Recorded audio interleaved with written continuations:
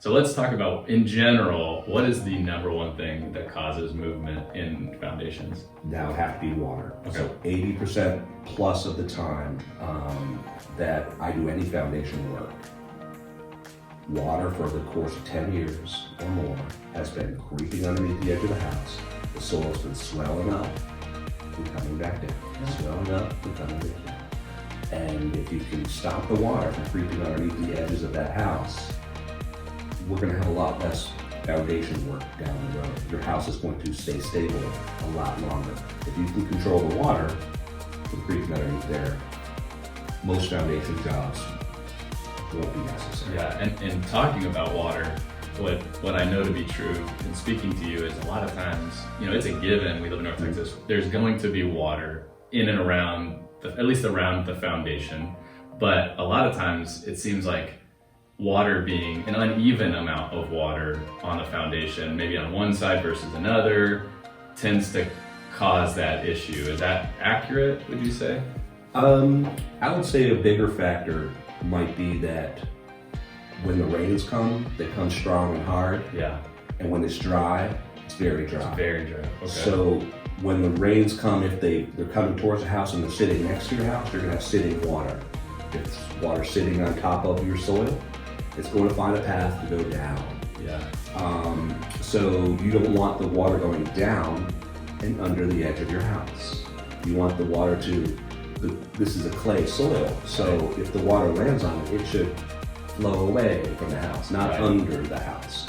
So your goal as a homeowner is, how do I stop the water from going under the house? Because under the house, the soil is wet, it's moist. Yeah. It's covered by a big concrete slab. It's not really going to move unless something influences it. Yeah. So if the water comes on one side of the house regularly, because the grounds slope that way, The grade of the ground is. the house next door is higher, that could happen. Every time they run their sprinklers, all the water comes towards you. When the rain comes, it just always hits this side of the house. Well, chances are that side of the house will slightly tilt up. It'll get what we call a heave, and that side will be lifting. And so we'll look at really closely on that side of the house and say, well, how can I stop the water from getting underneath my house? Divert it. So some of the ways you could do that would be a French drain or a swell or something like that. Perfect. To drain any type of drainage systems, or you can gutter your roof if it's not guttered, and just take the roof water that's been landing in the little gap between two houses and send it somewhere else. So limit the water that comes down, and be careful, because backyard water can flow through the house, and if it comes in one side, it goes out somewhere else. So you're going to get erosion. Water creeping underneath the house causes movement, but most importantly, and the way we get our money is it erodes. It erodes. And now you don't have soil support, and your slab goes, hey, I've been moving, and now it's coming down. Yeah. And I go, oh, I can pick that up. And that's what piers are. Piers are basically putting in a foundational pier structure so I can lift your house back up into shape.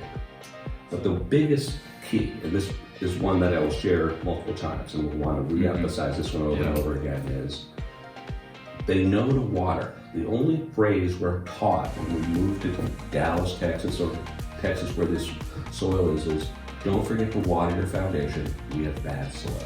Yep. And that was my education. And that's it. Yeah. So, that's what everybody hears. Yeah. And you go, okay, well, why are you watering it? Because if that soil next to the house shrinks and cracks, it's not going to stop the water from getting underneath your house. It's going to open up an access way to get underneath your house. So what's your job? So there's a proper amount of water. Just enough to stay whole. Okay, because I know a lot of people, they're like, yeah, I run that soaker hose year round, and, thinking that they're doing the right thing, but that's not right. Right, because that's when, after I explain and I educate them, they realize they broke their own house. Yeah. So I run an hour a day, I can afford the water. I said, yeah, but your house can't afford the water because you broke it.